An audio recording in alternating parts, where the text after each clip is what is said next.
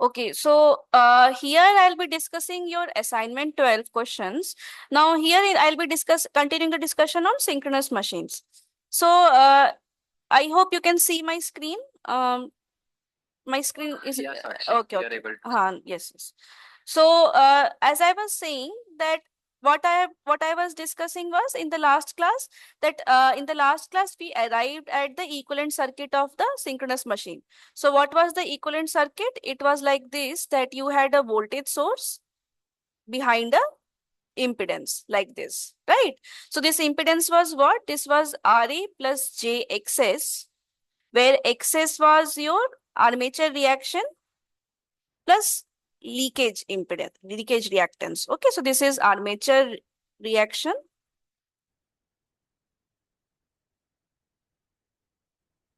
and this is your leakage impedance. So this was the equivalent circuit diagram for synchronous machine, whether it is operating in generator or motor mode. This was the equivalent circuit diagram. Now here, if suppose we neglect Ra, so what was our power expression? Our power expression was, let us just see. So if you neglect Ra, so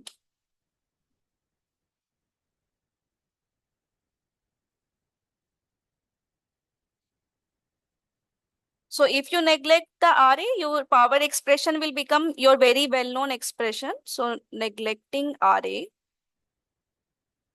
your power became EF V by XS sine delta. Okay, so this was your power P versus delta curve, which we have very commonly seen in many times, right? So this is your power curve if you neglect Ra. So here we are doing the discussion when we are neglecting the Ra, and here we want to see what happens in when you are operating the generator or motor in lagging power factor mode or leading power factor mode. Okay, so we want to see that. So these are the two the phasor diagrams corresponding to lagging and leading power factor for generator and motor. So if we see the lagging power factor mode of the generator, so what we do, so this is your, let us say, lagging power factor for generator. So first of all, whether this is generator, motor, lagging, leading power factor, you have to take some reference. So in our, for the reference of our phasor diagrams, we generally take this terminal voltage as the reference. Okay. So what we do, we generally denote this V at angle 0. You will see that in the last class also when we were solving the various questions, we took this terminal voltage at V angle 0. So here also we will draw this phasor diagram with this V angle 0. This is V. And because we always see the angle with respect to this. So,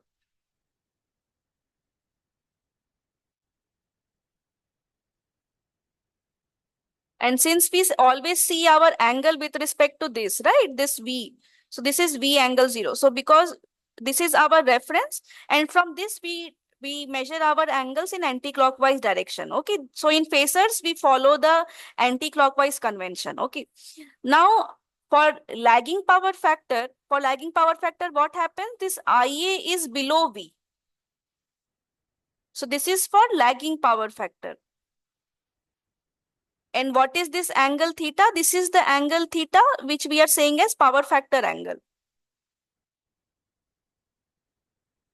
Okay. So because this is lagging, so that is why this IA is drawn below the voltage phasor V. Now what we have to do is we have to get the phasor location of EF. So what is EF? So if we take this EF and if we take the generating mode of operation, so for generating mode of operation, IA is going out of the going from EF to V. So this is our generating mode of operation. Now what is your EF? EF is V plus IA. If we neglect RA, so this is 0. Jxs. So this is our EF for the generating mode. So this is our EF equation. So what we need to do is we need in this phasor diagram, we have to draw IA into Jxs. Okay. So how to draw that? So we can see that we have to take a component. So JIA axis. So this IA axis is the magnitude And we can see that this j is 90 degree, right? This j function in the complex domain gives a 90-degree angle. So what we have to do is we have to draw 90-degree angle. We have to draw this JIA axis perpendicular to IA. So how to draw this? So here we have IA like this.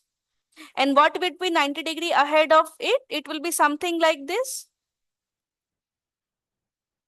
So this is 90-degree ahead in the anti-clockwise direction.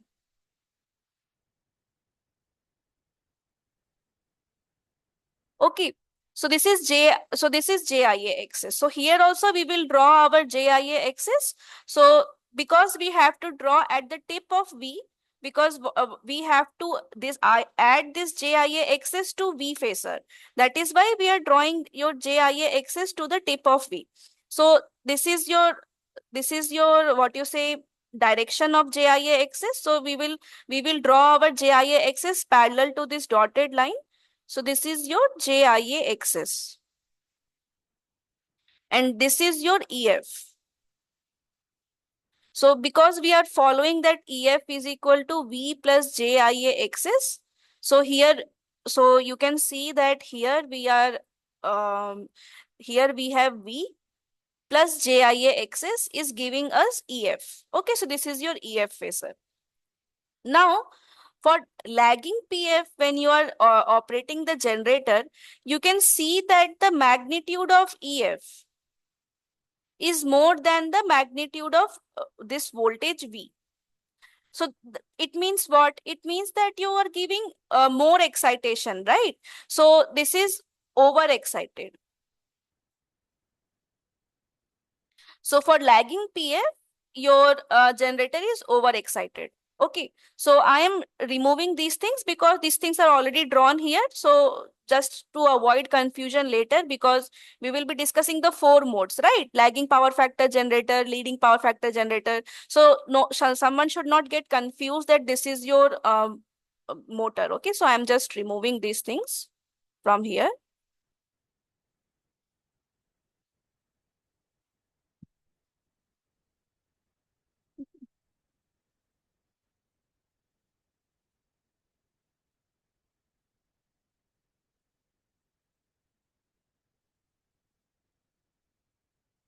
Okay, so I think these are not getting removed. Fine. Now you see, so this is for the generator lagging power factor. Now, if we talk about generator leading power factor, then what will happen? We have our voltage phasor V like this. So let us say we are talking about leading power factor. So this is lagging power factor. This is lagging. And this is leading power factor. So for leading power factor, this is your voltage phasor here. And IA is above V. Okay, so you can see that here IA is above V. So here also what we have to do, we have to do V plus JIA axis to get EF. So here also on the tip of V, we have to draw JIA axis. Now for this IA, what will be the JIA axis? So this is your IA like this. So JIA axis will be like this, okay?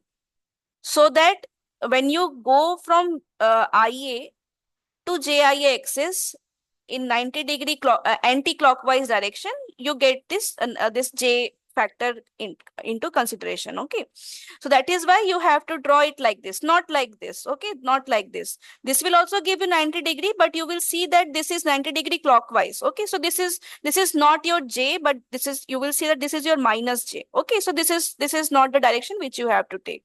So anytime you have to add this 90-degree, you have to add it in the clockwise, anti-clockwise direction. Okay.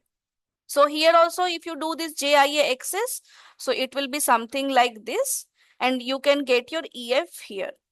So in this case, you can see that your EF is less than V.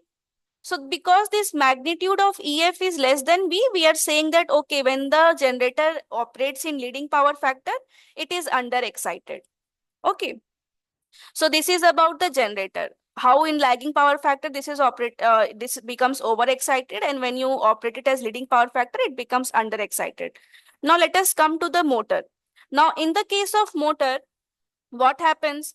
You will see that what is our equation of motor. Now in motor, the direction of current IA, instead of going from EF to V, it goes from V to EF like this. Okay, here the current was going from EF to V like this. Now the current is growing from V to EF. So that is why if you write the KVL equation, EF will become V minus JIAXS. So let us say you take the lagging power factor. So this is your V. Okay, this is your IA phasor because this is lagging power factor, which is same as you drawn here. Okay, this is same.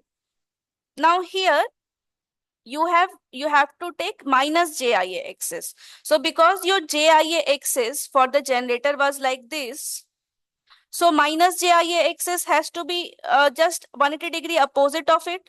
So you have to take in this direction.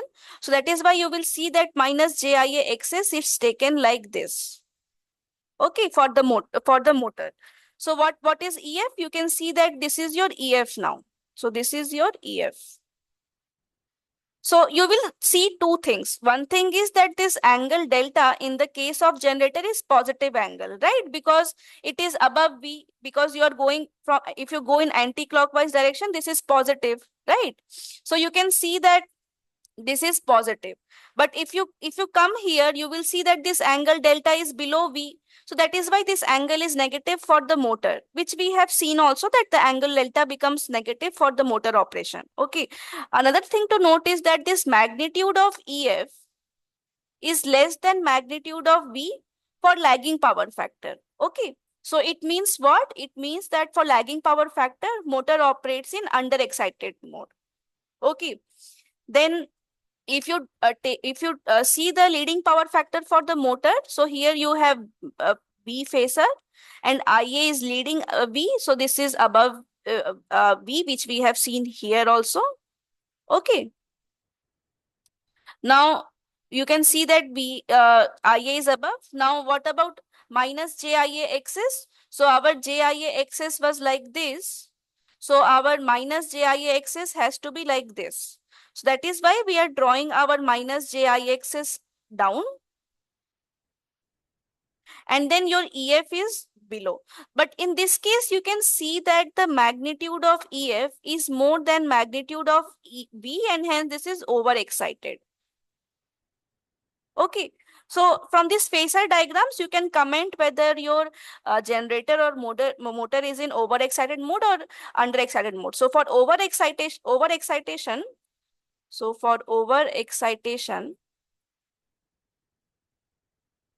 magnitude of EF has to be more than magnitude of V, and for underexcitation,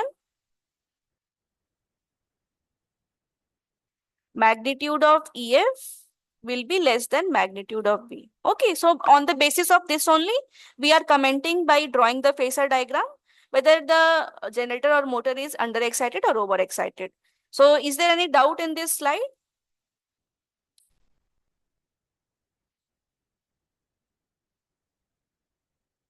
So I hope there is no doubt. So I'll go, if there is any doubt, please stop me and ask, okay, in between.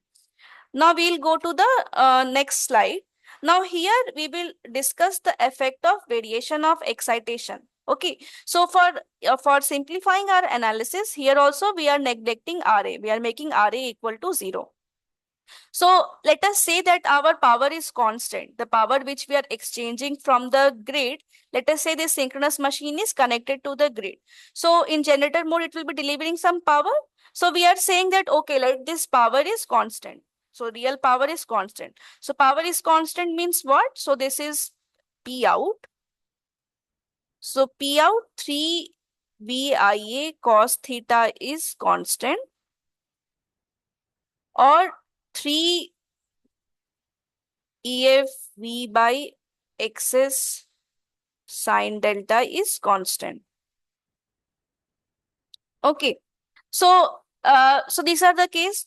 Now you see in the two expressions, because this terminal voltage V is generally connected to the grid, right? So this bus voltage V is generally constant.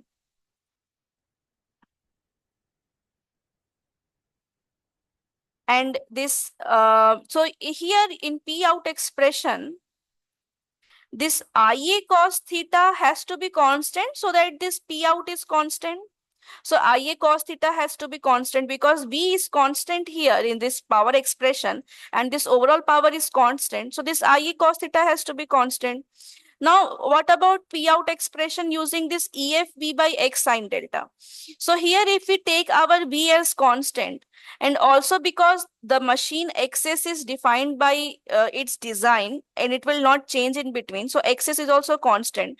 So this EF sine delta is also constant. Okay. So these are the things for the constant output power.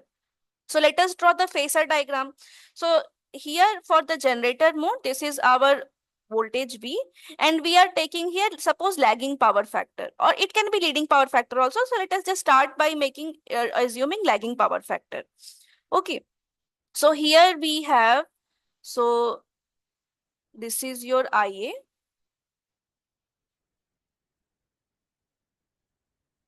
Okay. So IA cos theta, if you take the horizontal component of this, because this is theta, right? So we are saying that this IA cos theta is constant.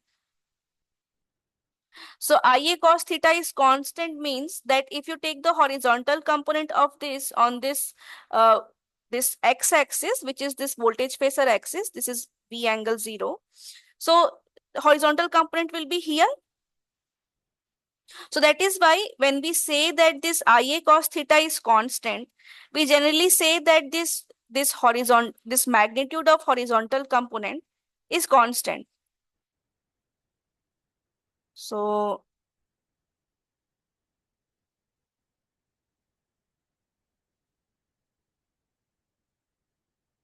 this line is constant. This is IA cos theta equal to constant. This is this line. Okay. Now let us draw this V plus JIA axis so that we can get EF. Okay. So this is V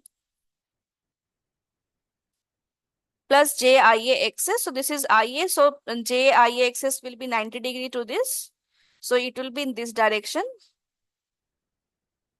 JIA axis. And this will be your phasor E. Okay. So this is your EF phasor. And this is your delta. Now we are saying that this EF sine delta is also constant. Okay. So EF sine delta will be where? It will be the, so EF sine delta will be along this line. Okay. So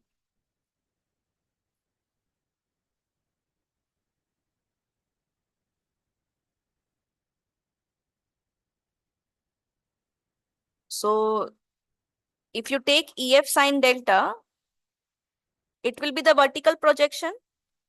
Like how IA cos theta was the horizontal projection on V angle theta, EF sine delta will be somewhere on this line. This will be EF sine delta. It will be vertical projection. So this line, this dotted line which I am drawing, right? This line. This is your EF sine delta equal to constant line. Now what will happen?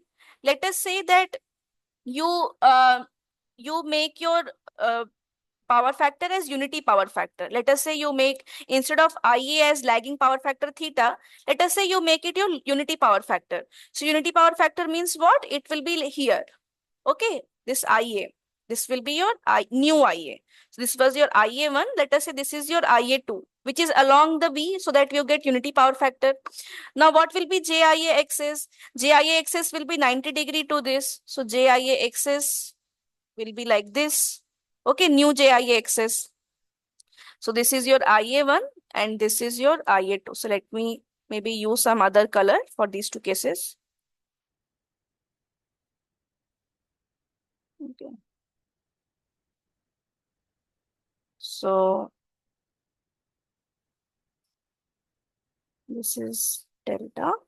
So this is delta 1, this is theta 1, this is IA1, and this is EF1.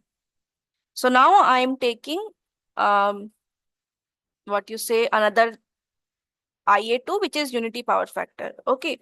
So let us take this, or take black. Okay.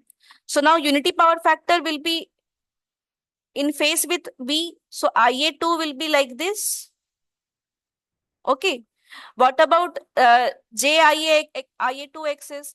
JIA2 axis will be perpendicular to this IA2. So it will be something like this. Okay. And your EF will be somewhere here. Okay. So this is, let us say, your EF2. So, but you will see that in all the cases, because your power is constant, since your power is constant, that is why you see your IA cos theta line is constant and your EF sin delta line is also constant.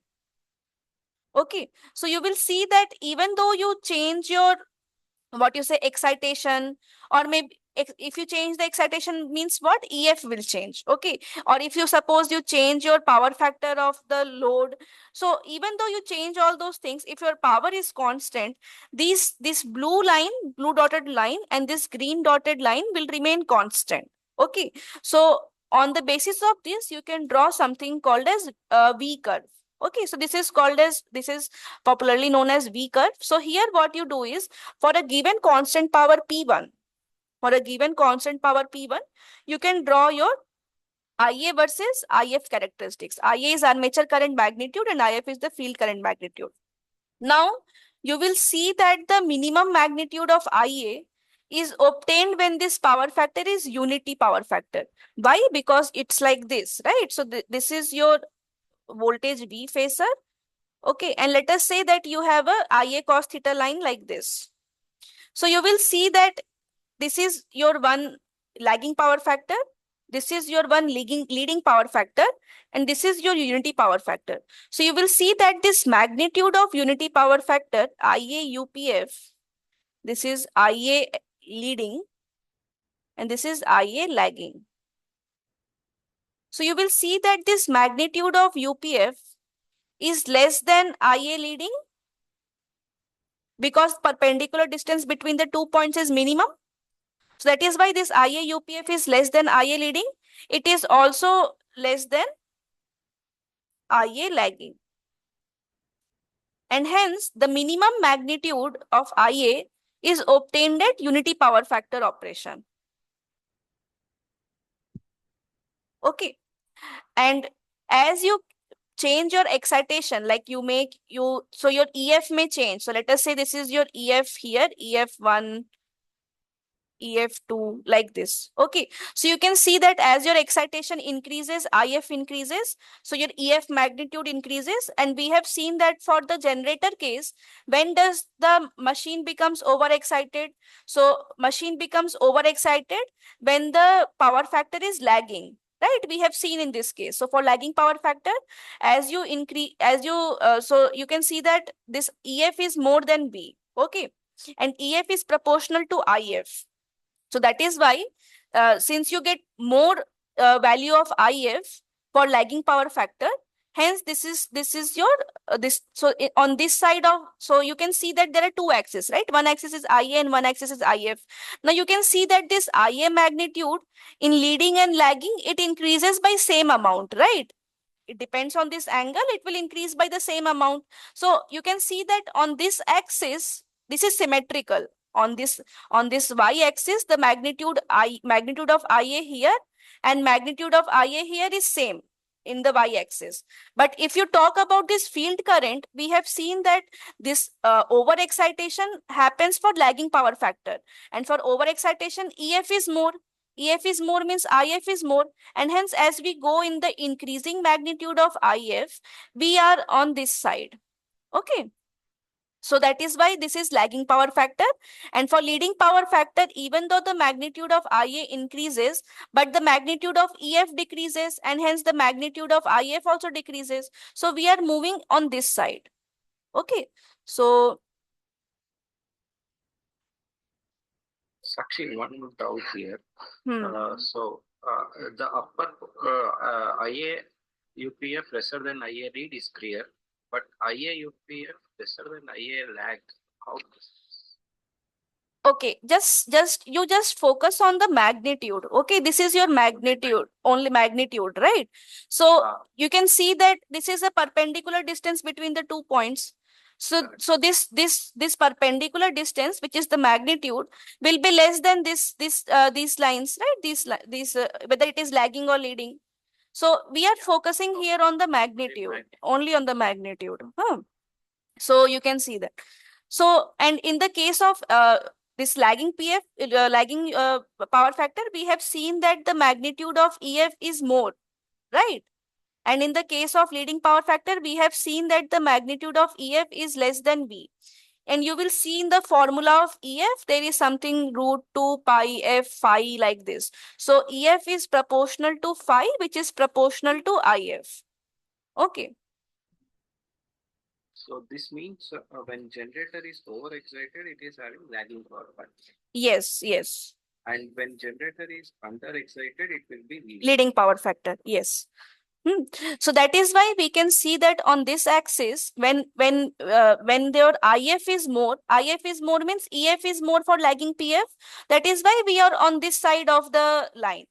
But we are on the lesser side of this x-axis line because your EF magnitude is less than V and hence your IF magnitude is less than V. So that is why we are on this side of the line. Okay, that is why in this V curve, this leading power factor for the generator denotes the under excitation, and since it denotes the under excitation, your EF is less than the magnitude of V, and hence your IF is less in on this side. Whereas on this side, because you are saying that it is overexcited, so your EF magnitude is more than V, and hence your magnitude of IF is also more. That is why we are on this side. Okay, this is about the generator V curve. Similarly, for different powers, constant powers, this V curve will be different. Okay, like that. Now we will see the V curve for the synchronous motor. So here for the synchronous motor also we have the two lines, which is this EF sine delta line and V and your IA cos theta line. So because we are saying that constant power,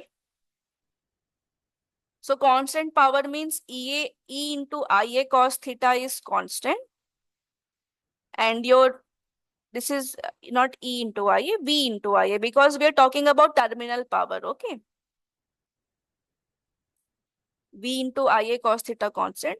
And we also say this as EF into V sine delta by X as constant.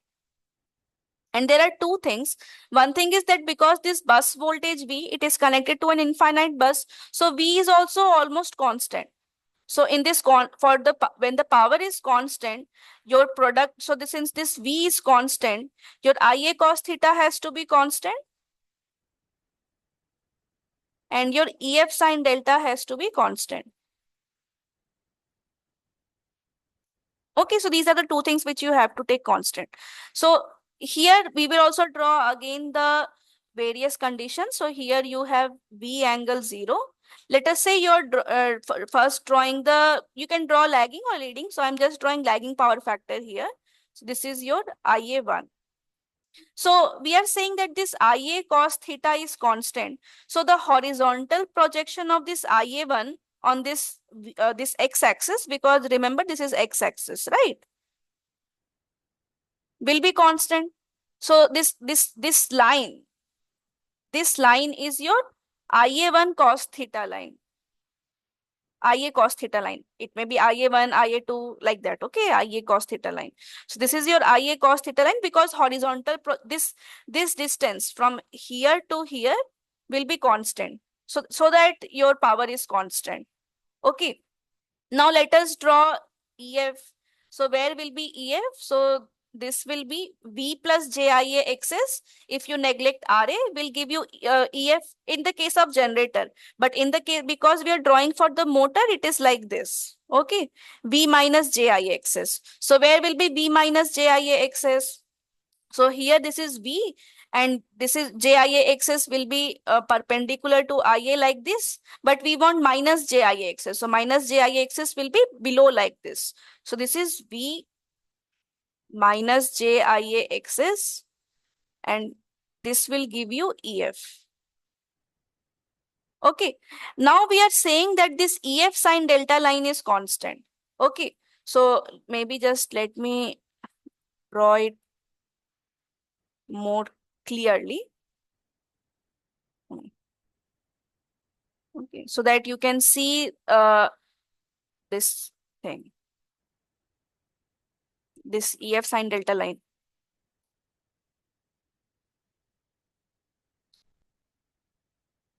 So this is like this. This is like this. Okay. And minus JIXS, let us say it is something like this. Okay. Like almost like this. Okay. Okay. Maybe it has to be something like that.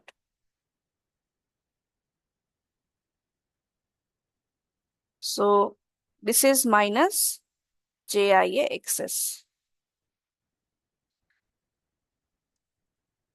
Now this is your EF. And what is your, and this is your delta, because this is motor, this delta is negative because this is below V. Okay, this is delta.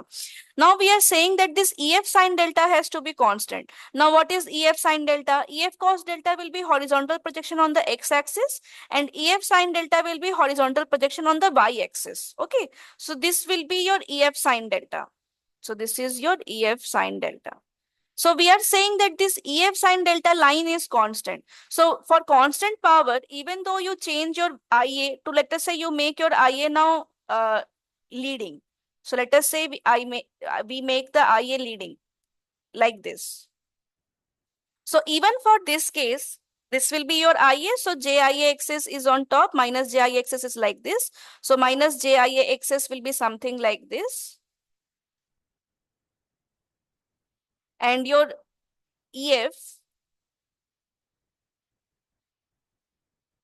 will be, so this is, let us say, EF1, and this will be your EF2 here. Okay, like this, EF2. But you can see that this EF2 will always be, the tip of EF2 or EF1 will always be on this line, this dotted line, which is your EF sine delta equal to constant line. This has to happen for your, when the power is constant. Okay, when you're changing the excitation, when you're changing your current from leading to lagging, whatever. But this has to uphold. Okay, that is why this EF sine delta or IA cos theta has to remain constant. Okay, so this is the thing. Now, for the case of motor, what we have seen that when this under excitation and over excitation happens, so we have seen for the case of motor by drawing the phasor diagram that for under excitation, the magnitude of EF has to be less than the magnitude of bus voltage, and this happens for lagging power factor. Okay, and for over excitation, the magnitude of EF has to be more than the magnitude of V, and by drawing the phasor diagram, we have seen that that happens for leading power factor. Okay, so now we will draw the V curve of the motor. So for the V curve of the motor, first of all, so we have seen that this, so this is your V. So there will be IA lag, there will be IA lead, and there will be IA UPF. Okay, and this is your IA cos theta line. This is your IA cos theta line. So the magnitude of IA UPF will be the minimum of the of all the cases, right? Because this is what? This is the perpendicular distance between these 2 points. So, and these are the what you say, from at this you can see that this is the perpendicular distance. Okay, so because this is the perpendicular distance, this has to be minimum.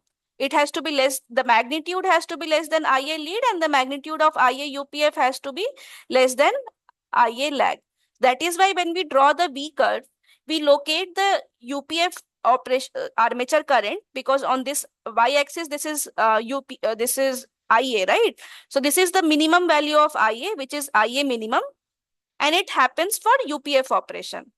Now, What about leading and lagging power factor? Okay, so what happens to the, so in both the cases, as you go from UPF to leading or lagging operation, the current IA increases on both the sides. Okay, so on y-axis, IA increases. But what about the x-axis? Okay, so on x-axis, we have field current. So when we are in overexcitation mode, so overexcitation mode happens for motor in which case? So let us just see that. So overexcitation was happening when power factor was leading, okay, for the motor. So for motor, for overexcitation mode, EF magnitude has to be more than V, and we know that EF is proportional to phi, which is proportional to IF. And for this case, EF magnitude has to be less than V, and we know that EF is proportional to phi and it is proportional to IF. So we can see that the IF is less in when we are in lagging power factor, and IF is more when we are in leading power factor. And hence that is why on the leading power factor side, you draw on this side of the UPF line where the IF is increasing, whereas as the IF reduces, you are in the lagging power factor zone. Okay, so in this way you can draw the V curve for both the motor and the generator. Okay, like this, depending on whether it is overexcited or underexcited. Okay, the V curve tells you whether what are the regions of overexcitation and underexcitation of the machine. Okay. Now we will derive the expression of power for the salient machine. Okay, so till now we have derived the power for the round rotor synchronous machine. Now we will derive the power for the salient synchronous machine, salient pole. So here what sir has done is, sir, so here what, so this is your salient pole machine. So this is your salient pole rotor. Now in the salient pole rotor, let us say that we define an axis called as direct axis, which is along this pole shoe of the salient pole rotor. Okay, whereas the quadrature axis Q, which is perpendicular to this D axis, okay, which is not along this. You can see that it is along this these two the locations of the field winding, okay, like this. So the current IA, so what you are doing, you are defining the direct axis along the direction of this field phi f. So this is your field phi f, the resultant MMF, if you say the resultant flux MMF of the synchronous machine phi f. So you are defining your D axis along this, and Q axis is 90 degree to that. So this current IA, this IA you can what you say decompose into two components. One component along the D axis, so let us name it as ID, and one component along the Q axis, which we name as IQ. So let me draw IQ also here. So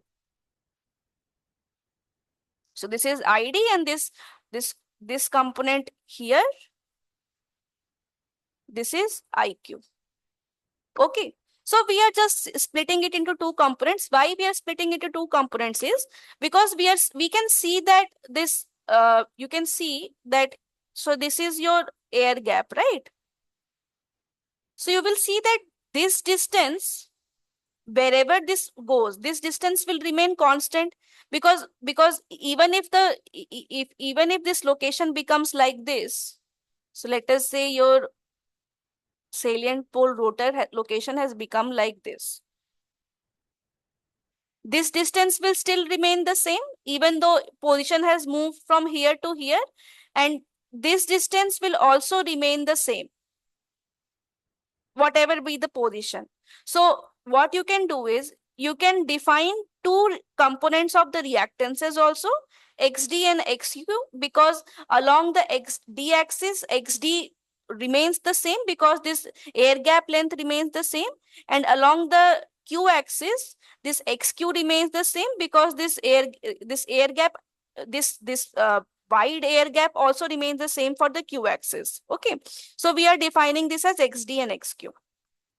Now, what we will do is, we will try to get the expression of this voltage. Okay, so here what we have, so you see here we have this EF.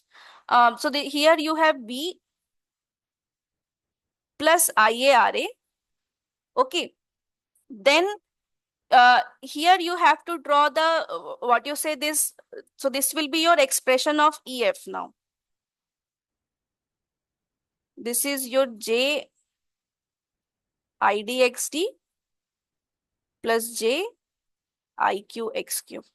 Okay, this is the expression of the EF now. So earlier the expression of EF was V plus IARA plus J IAXS. Now your expression will change like this. Okay. So here you can draw the phasor here also. So here you can locate the D axis and Q axis. So generally the Q axis is said to be in for the synchronous machine along this EF. Okay.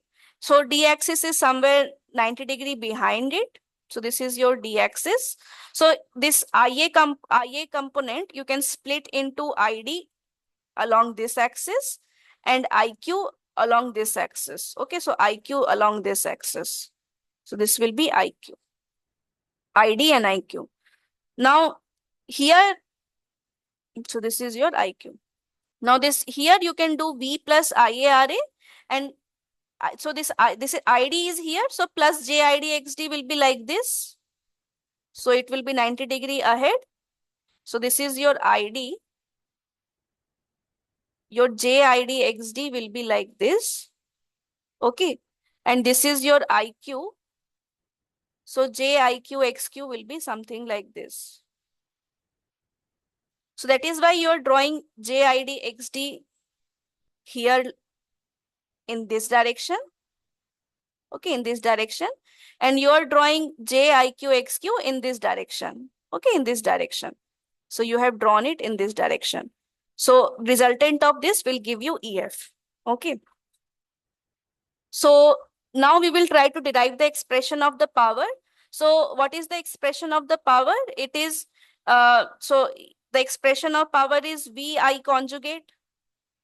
Now here what we are doing, we are also splitting this voltage V along the D axis and Q axis. So we will get VD component and VQ component. So V also, the voltage phasor also you can express as VD plus JVQ, and I phasor is ID plus JIQ. But because we are taking conjugate for the power, so you get ID minus JIQ. Okay. And then you can simplify this to get VDID plus VQIQ plus J VQID minus JVDIQ. So this is because this is with, because S is what? S is P plus JQ. So real power is this real part of this, and reactive power Q is the imaginary part of this. So this is Q, this is P. Okay. Now here this VDID plus VQIQ, this is the expression of the real power. Now in this expression of this real power delivered, we will just replace this VD with V sine delta. So this is your V, this is your delta. So this is your D axis, right? So this delta is with the Q axis. So VQ will be V cos delta. Okay, VQ is V cos delta because you are taking the component along the Q axis and delta is here. And if you take the component of V along the D axis, you will get VD as V sine delta. Okay, just you have to take the phasor components in various directions. Okay, whether one time along the Q axis and one time along the D axis. So in the place of VD, you are replace it with V sine delta. In place of VQ, you replace with V cos delta. Now we also have to replace the expression of ID and IQ. Okay, so how to do that? So you see this distance. This distance you can see is also equal to VD. Okay. So this distance is equal to VD, which is V sine delta. And this distance is also equal to IQXQ. Right? So IQXQ, this magnitude is equal to V sine delta. So you can write IQ as V sine delta by XQ. Okay, from the phasor diagram. And what about V cos delta? So V cos delta is here. So V cos delta is equal, so this whole distance is EF. Okay, this whole distance is EF. And from This distance to this distance is JIDXD. So this is JIDXD. And this distance is V cos delta. And since we want V cos delta, so your V cos delta is EF minus IDXD. Okay. So here V cos delta sir has written as EF minus IDXD. And from this you can get ID also as EF minus V cos delta by XD. Okay, then you replace it in the expression of this real power, ID and IQ values. Then you will get the expression of the power for the salient pole synchronous machine like this. Okay, you did not need to remember the derivation, but you need to remember this formula of power. Okay. So this is the expression of the real power for the case of the salient pole synchronous machine. Okay. Now we will Sakshi, so in salient pole machine, this ID, IQ exists because of its construction itself. Yes, yes. Okay. Otherwise, in the other no. machines, we don't see this ID, IQ at all. Right? No, actually, you see in the other machines, you mean to say what? Like So we have only armature current, right? Only the stator current. IA will be there. It will not get split into two components. Okay, you see this ID and IQ we generally do, right? You will see that this is called as DQ orientation. Okay. So this DQ orientation, we can do it for other machines also for various power converters. Okay, suppose you have to operate the power, you will see in the case of squirrel cage induction machine also, we can do this ID and IQ component splitting. Okay, so that what we do is like in DQ orientation, you have some voltage and current phasors, right? You have this voltage phasor, you have this current phasor. So let us say for when you want to, or for some operation, you want to orient it to, let us say, to the voltage phasor. So you say you have oriented your D axis to the voltage phasor. In some cases, you orient it to the flux, this resultant MMF phasor, or sometimes you do it in the voltage phasor. Okay, when you do it for the resultant this MMF phasor, it is called as field oriented control. And when you do it with the voltage phasor, it is called as the voltage oriented control. Now, in this case, this is your D axis and this is your Q axis. So here also you will have this IA component as IQ and this IA component on this D axis as ID. This we do because it is easier to design the controller for, because what happens is that your voltage phasor is at some frequency of 50 Hertz. Okay. And your current IA phasor is also at 50 Hertz. So you are seeing this voltage phasor of 50 Hertz and current phasor IA of 50 Hertz from the stationary reference frame. But if you are sitting on the voltage phasor, let us say that you are now on the 50 Hertz frame. So for you, this IA phasor will what you say, how it will be, it will operate as, it will be stationary to you, right? Because remember, these two phasors are rotating. So if you're sitting on the voltage phasor, this IA phasor will appear to you as stationary and as DC. So you will see that IA phasor is like this. Your ID and IQ will be constant. Okay, it will be DC values. So it is easier to design controller for this ID and IQ. That is why we generally, if you are doing the drives operation or you are trying to implement some controllers for the machines, you orient it to some reference frame, okay, so that you can design the controllers for this DC values of ID and IQ. It is easier to select the bandwidth of the controller like that. So it is not specific to the machine, it is specific to you, okay. If you suppose you take the phasor along the IA, then there will be no ID IQ. Your IA is ID. IA is only ID if you take it along the IA phasor. But you see, when we describe the phasor D axis, we described it along this MMF, this space, this vector of the MMF, right? Resultant MMF vector. Okay. resultant field MMF vector. So because we did it along this, so we got IDIQ. If you take the D axis along this IA, then you will get IA equal to ID and IQ will be 0. Okay, depends on how you're defining your D axis for your ease of for doing your control operation. Okay, like that. That is some other topic. That is actually your power converters or your drives courses. It is some other topic only. Now it goes to the other domain. But here we are defining this because generally for these machines like synchronous squirrel cage induction machine or synchronous machine, you orient it along some field reference frame for doing the field. So that is why here also we oriented it along this phi f. Okay. And then we defined our ID and IQ, which was also convenient for us when we were seeing that, okay, this air gap here also remains constant, this air gap remains constant. So we can take XD and XQ constant along these axes. Okay. It was convenient for us to define it in this manner also, along with the control. Okay. For doing the control. Okay. So now we will see the questions. Questions are very easy, so I'll just discuss them. Questions are also less also, okay? There's not much questions this time. So,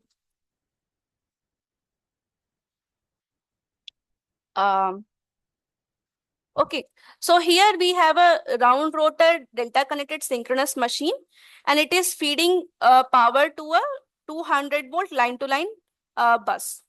So your V line to line, which is V terminal. So here you have your EF.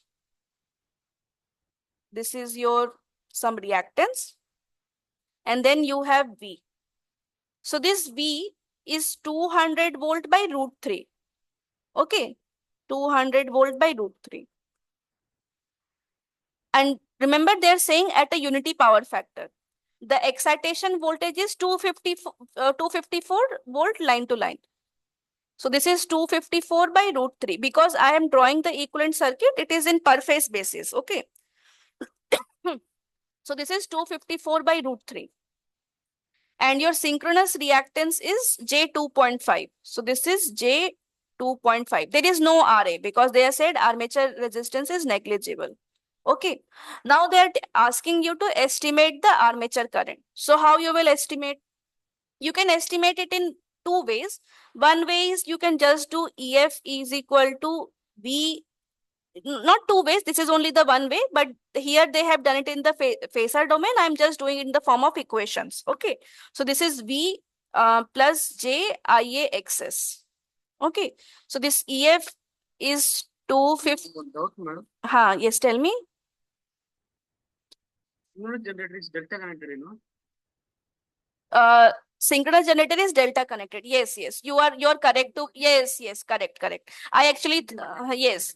No. I should not take it like that because it is delta connected. So this line to line voltage is same as phase voltage. Yes. Thank you for pointing it out. I thought it is star connected. Okay. Okay. So this is 254 angle delta and this is 200 angle 0. Okay. Plus JIA into XS. XS is because J I have taken for XS only. I'm not writing the J again. 2.5. Okay. So how you can do this?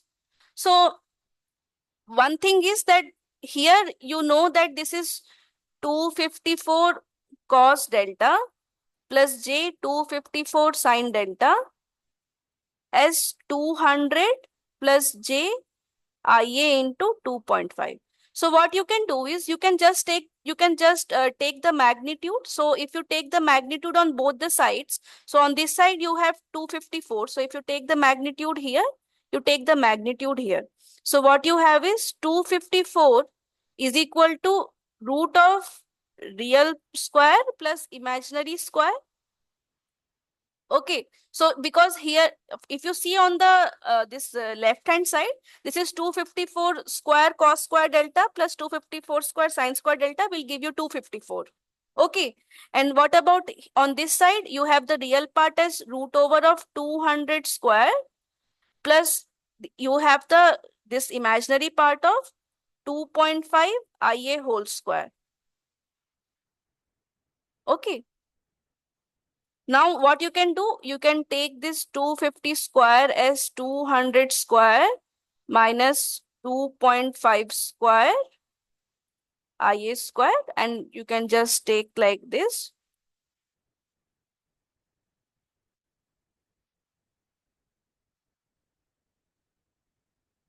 Okay.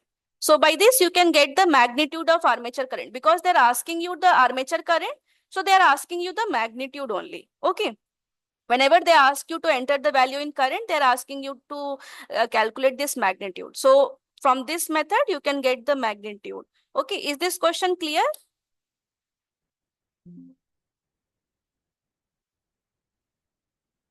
This question is clear, I hope. Okay. So if there is doubt, so ask me. What I did was I just wrote this in the form of this expression EF equal to V plus JIAXS. And then what I did, I took the real and I wrote it in the form of real plus J imaginary. And then I equated the magnitudes on both sides of the equation. On this side, it was straight away 254. And on this side, real part is 200 because it is a 200 angle 0. And this is, and the imaginary part, because remember, this is UPF operation. Since this was UPF operation, that is why I was directly able to write it as plus JIAXS.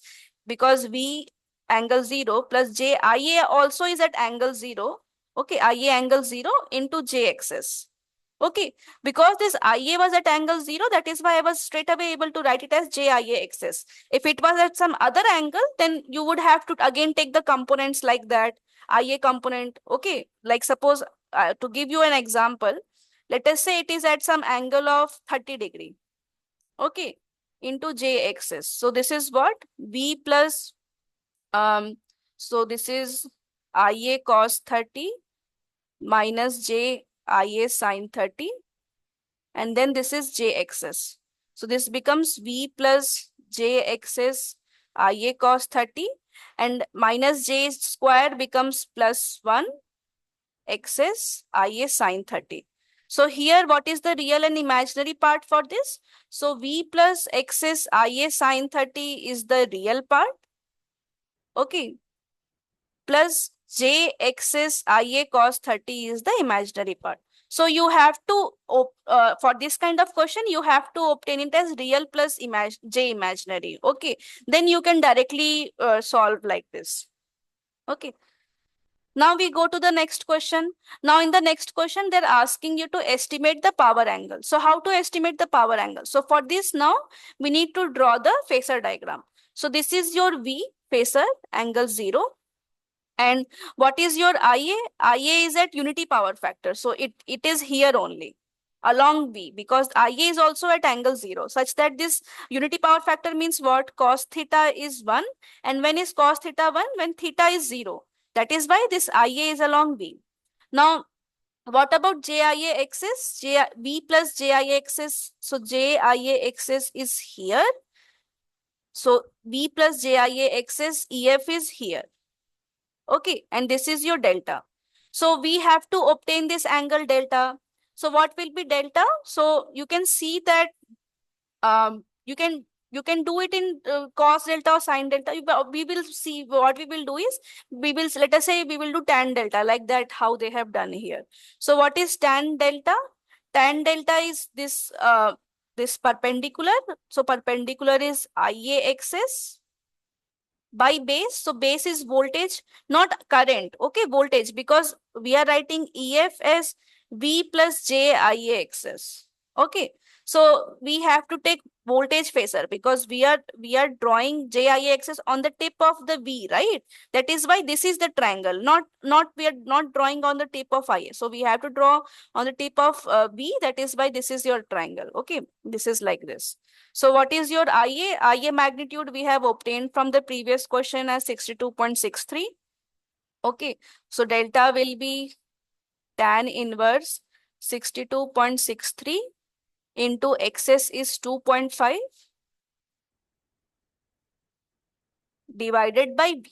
V is 200 volt. Okay. Now, because this is delta connected, that is why you are taking 200 volt. Otherwise, if you are writing this in the per phase, because you are getting all this from what?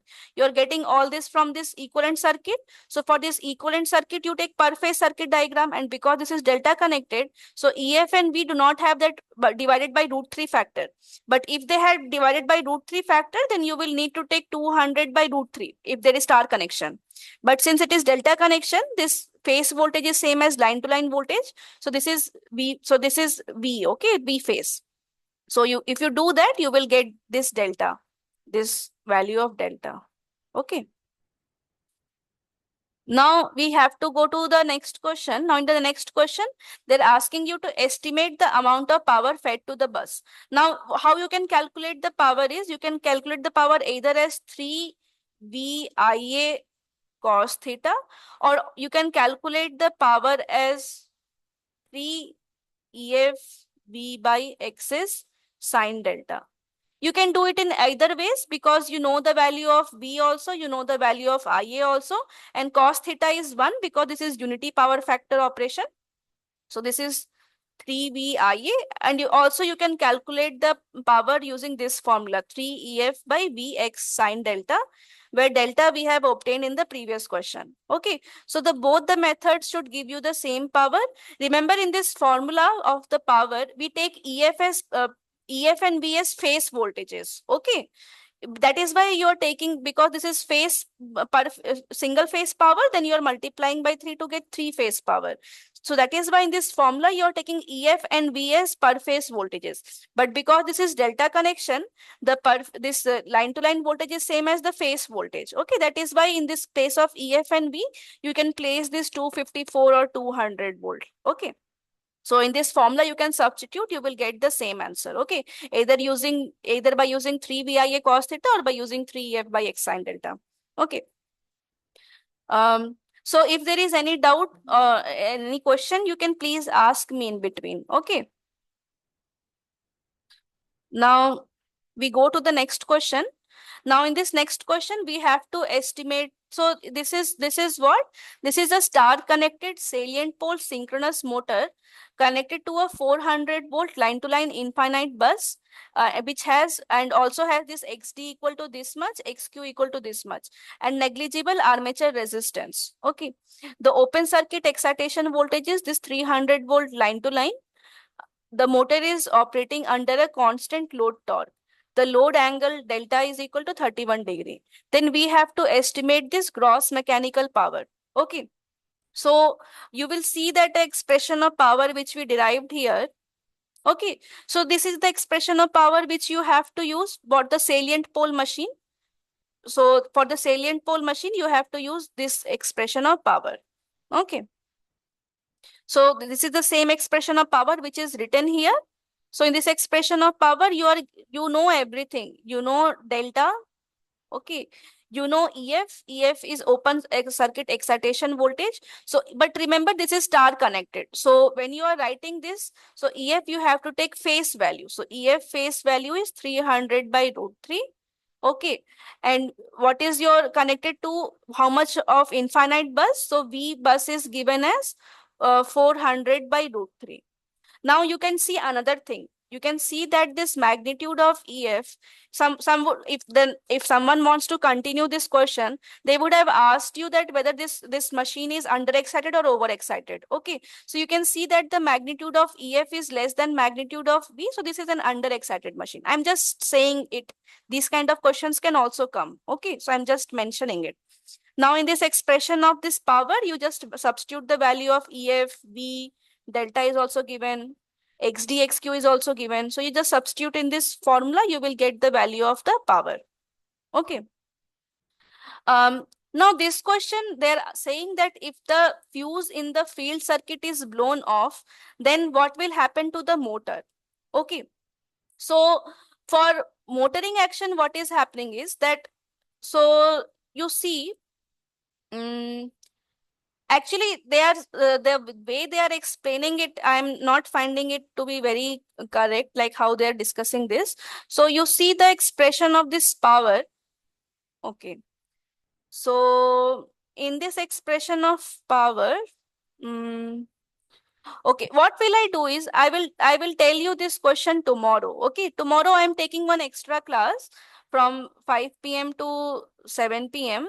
Okay, for discussing this single phase induction motors and also to discuss this braking mechanisms. Even though there are no what you say numerical questions, I will discuss the theory for the exam. Okay, because I have not I was not able to cover the theory properly, so I will take one extra class tomorrow. So I will discuss this You will question. send the link, Sakshi, for tomorrow class. It's not there. Oh, link is the same. This meeting link is Same. same link, same link. We will be doing the same. Okay. So this question I will maybe discuss it to you tomorrow, because this is little bit what you say, um, uh, what you can say, dicey question. Okay, it's not clear to me. So I'll see it and then I'll discuss to you tomorrow properly. Okay. Now, so I'm just writing this as question mark. So you will come back to this question tomorrow.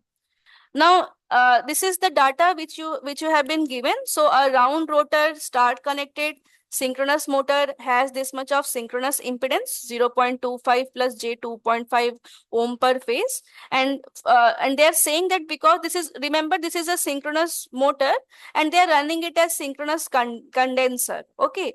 So it is drawing 38 kVAR reactive power from 200 volt bus. Okay, so they are saying that the minus sign is used to indicate that it needs to draw capacitive reactive power at a leading power factor.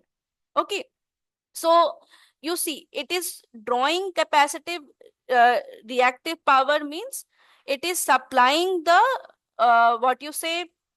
Okay, the motor has a constant loss of 600 watt.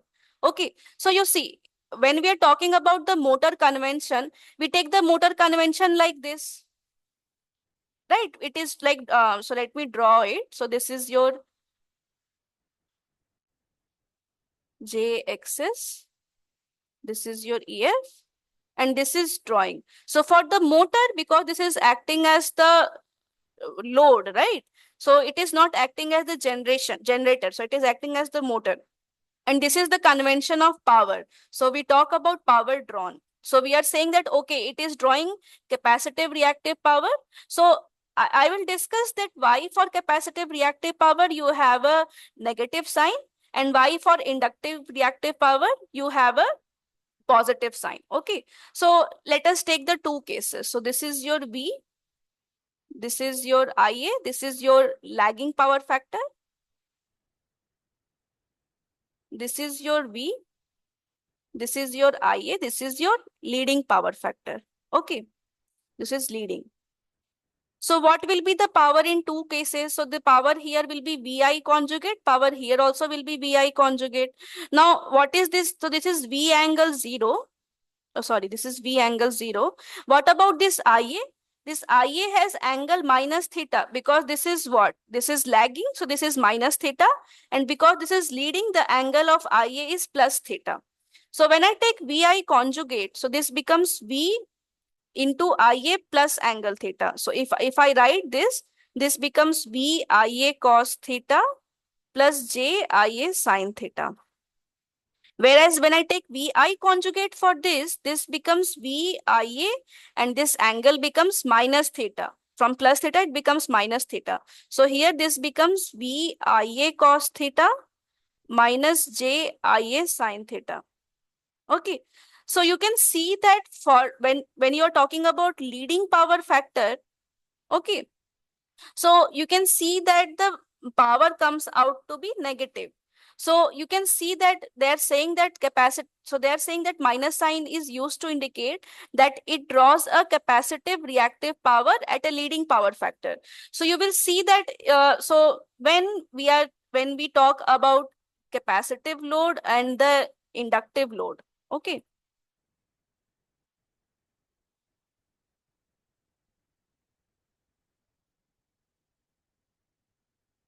So so generally when we say that capacitor delivers reactive power we want to say it delivers lagging reactive power. Okay, lagging reactive power, we take it as positive sign. So as a load, what it does, it absorbs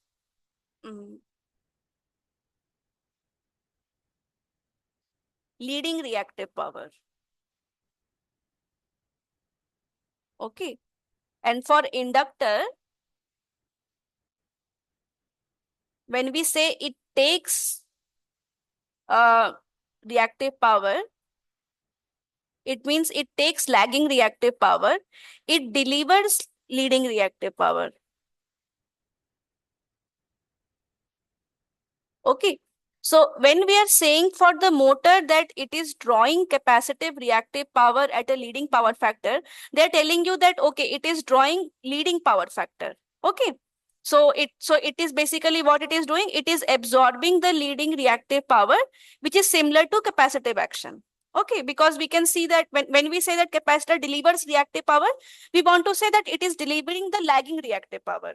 And when we are saying that inductor takes the reactive power, we want to say that it takes the lagging reactive power. Okay, so when it will deliver the opposite direction of reactive power.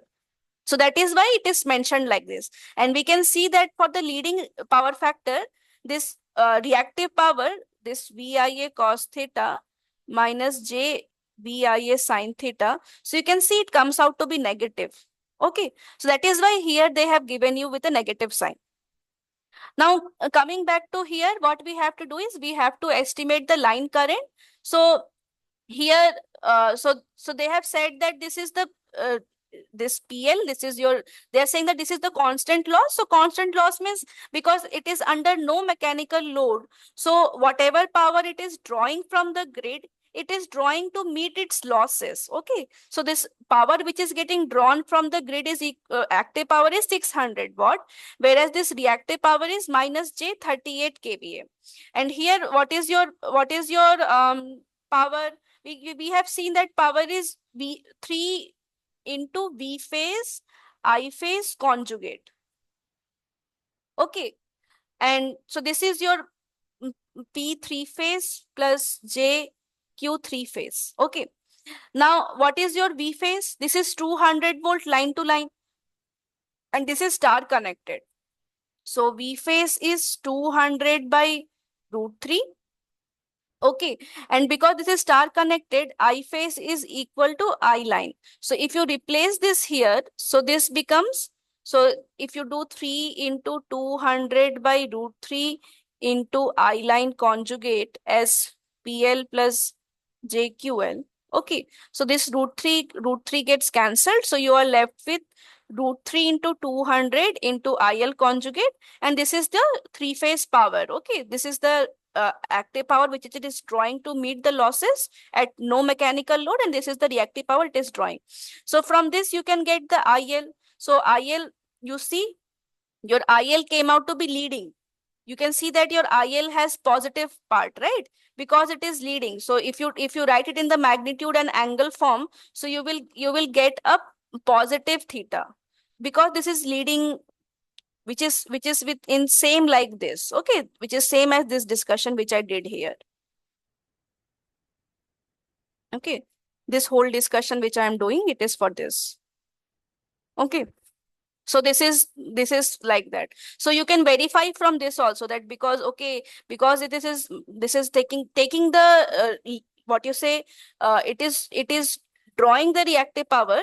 Okay, leading reactive power.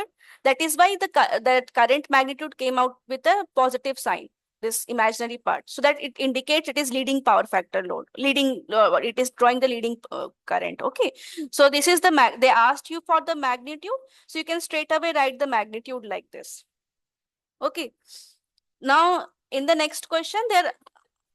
Sakshi, that divided by root 3, why you cancelled this? No, you see, this is what? This is 3 V phase, I phase conjugate. This is the power, 3 phase. Got it. Ha, and B phase is star connected, right? 200 by root 3. So like that. So here it is 200 by root 3 and this 3. So root 3 and this becomes root 3. Okay, like that. Now, in the next question, we are asked to estimate the required excitation voltage. Now, this is our motoring mode, right? So this is our motor. RA plus J XS is given like this. Okay. And this is your V. So they are asking you EF. So EF angle delta, this is your IA direction. So V is 200 by root 3 line to line. 200, because this is equivalent circuit diagram per phase. So this is 200 root by root 3. Okay, angle 0. And we have to get EF. And you see in the question also they are asking you per phase. Okay, so so whatever EF you are calculating for per phase using the equivalent circuit diagram for per phase basis, that is the value which you have to enter. Okay, so this is V minus IA into RA plus JXS. This is the KVL for the motor. So this is EF angle delta is V minus IA. IA we have found from the previous question, which is same as the line current. Phase current is same as the line current for the star connection. This is 1.732 plus J 109.69. So this is 1.732 plus J 109.69 into RA. RA is given as 0.24. This is 0.24. Okay. Plus JXS. XS is 2.5. So if you solve this, it will give you the answer of EF angle delta. Okay. This is how you can solve for this. So you will get both EF and angle delta. Now in the next question, they are asking you the delta. So you have already found the delta for in this question, EF angle delta. So delta, so whatever is the angle of this EF, this equation, this will be the power angle. So they are asking you to enter a positive number, ignoring the sign. Okay, so you have to enter it as a positive number. Now in the next question, they're asking you whether the motor is under-excited or over-excited. So what is the value of EF? EF per phase you have obtained as 390.5. So EF per phase is 390.5. And what is your V? V line to line is 200. So V phase is 200 by root 3. So we can clearly see that our EF per phase is more than 200 by root 3 V phase. So we can see that this is over-excited. Okay. So this was the last question. So is there any doubt anywhere?